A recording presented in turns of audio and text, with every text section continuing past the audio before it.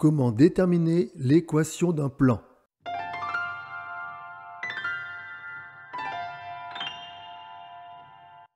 Soit un plan P passant par un point A de coordonnées XA, YA et ZA, et ayant pour vecteur normal le vecteur petit n de coordonnées petit a, petit b et petit c. Pour tout point M de coordonnées X, Y et Z du plan P, les vecteurs AM et N sont forcément orthogonaux. À partir de là, le produit scalaire entre le vecteur n et le vecteur m est forcément égal à 0. Je rappelle, si deux vecteurs u et v sont orthogonaux, leur produit scalaire est nul. Or, le vecteur am a pour coordonnées x moins xa, y moins ya et z moins za. D'où, en appliquant la formule du produit scalaire, je rappelle que si un vecteur u a pour coordonnées x, y, z et qu'un vecteur v a pour coordonnées x', y', z', alors le produit scalaire u scalaire v est égal à xx' plus yy' plus zz'. D'où, lorsqu'on va faire vecteur n scalaire vecteur am, ça donnera petit a facteur de x moins xa plus petit b facteur de y moins ya plus petit c facteur de z moins za.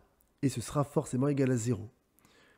En développant, on obtiendra ax moins a fois xa plus by moins b fois ya plus cz moins c fois za.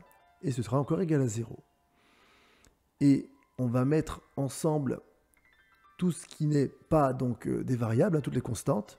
Alors d'abord, on aura ax plus by plus cz moins a fois xa, moins b fois ya, moins c fois za égale 0. Et si on pose petit d est égal à moins axa, moins bya, moins c fois za, l'équation du plan P est donc ax plus by plus cz plus d égale 0. Il faut remarquer une chose, les coefficients petit a, petit b et petit c sont les coordonnées du vecteur normal petit n. Cela va vous permettre, si on vous demande à un moment donné de retrouver le vecteur normal au plan P, eh bien, un vecteur normal au plan P, eh bien, il vous suffit de récupérer les coefficients petit a, petit b et petit c afin d'avoir donc les coordonnées de ce vecteur normal. Voilà, c'est tout pour aujourd'hui. Je vous rappelle que Sciences Pro a décidé de vous accompagner du 2 au 31 mai en vous partageant des conseils pour vous motiver, pour vous organiser et dans les matières scientifiques, vous apporter des conseils méthodologiques comme on vient de le faire. Il y aura d'autres épisodes à ce podcast, des vidéos de cours ou d'exercices et enfin, au moins un événement en direct. Abonnez-vous et activez la cloche pour être notifié. Je vous dis à demain.